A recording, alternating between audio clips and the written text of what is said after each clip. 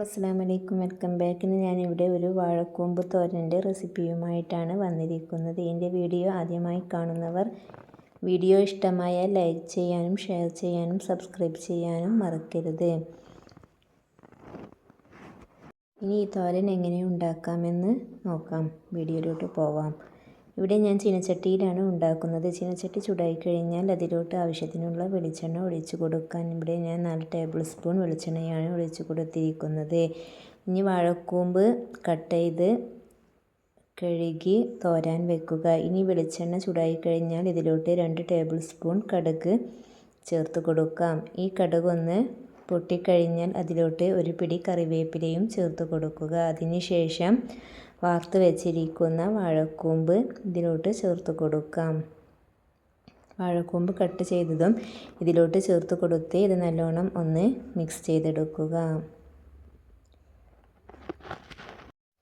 നല്ലോണം ഒന്ന് മിക്സ് ചെയ്തെടുക്കാം.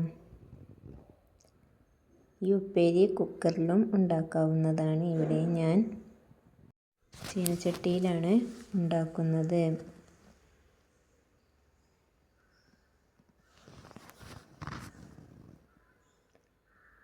വാഴക്കൂമ്പിന് നിങ്ങളുടെ നാട്ടിൽ എന്താണ് പേര് പറയുന്നതെന്ന് കമൻറ്റ് ബോക്സിൽ കമൻ്റ് ഇടുക. ഇനി ഈ തോരനിലോട്ട് ആവശ്യത്തിനുള്ള ഉപ്പ് ചേർത്ത് കൊടുക്കാം.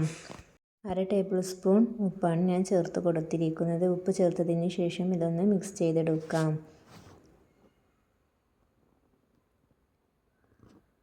ഇനി ഇതിലോട്ടുള്ള ചമ്മന്തി തയ്യാറാക്കിയെടുക്കാം. മുളക്, ചെറിയ ഉള്ളി, വെളുത്തുള്ളി, കറിവേപ്പില, തേങ്ങ ഇതൊന്ന് ചതച്ചെടുക്കാം. അതും ഇനി ഈ തോരനിലോട്ട് ചേർത്ത് കൊടുക്കാം.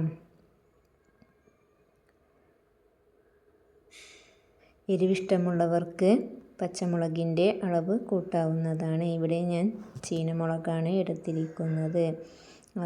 അതൊന്ന് അരച്ച് മിക്സ് ചെയ്തതിന് ശേഷം ഇതിലോട്ട് ചേർത്ത് കൊടുത്ത് ഇതിലെ വെള്ളം വറ്റുന്നത് വരെ ഇതൊന്ന് വേവിച്ചെടുക്കാം. അങ്ങനെ വളരെ ടേസ്റ്റി ആയിട്ടുള്ള വാഴക്കൂമ്പ് തോരൻ ഇവിടെ റെഡിയായി. വീഡിയോ ഇഷ്ടമായാൽ ലൈക്ക് ചെയ്യാനും ഷെയർ ചെയ്യാനും സബ്സ്ക്രൈബ് ചെയ്യാനും മറക്കരുത്. എൻ്റെ വീഡിയോ ആദ്യമായി കാണുന്നവർ വീഡിയോ ഇഷ്ടമായാൽ സബ്സ്ക്രൈബ് ചെയ്യുക. പുതിയൊരു വീഡിയോയുമായി വരുന്നത് വരെ അസ്സലാമു അലൈക്കും.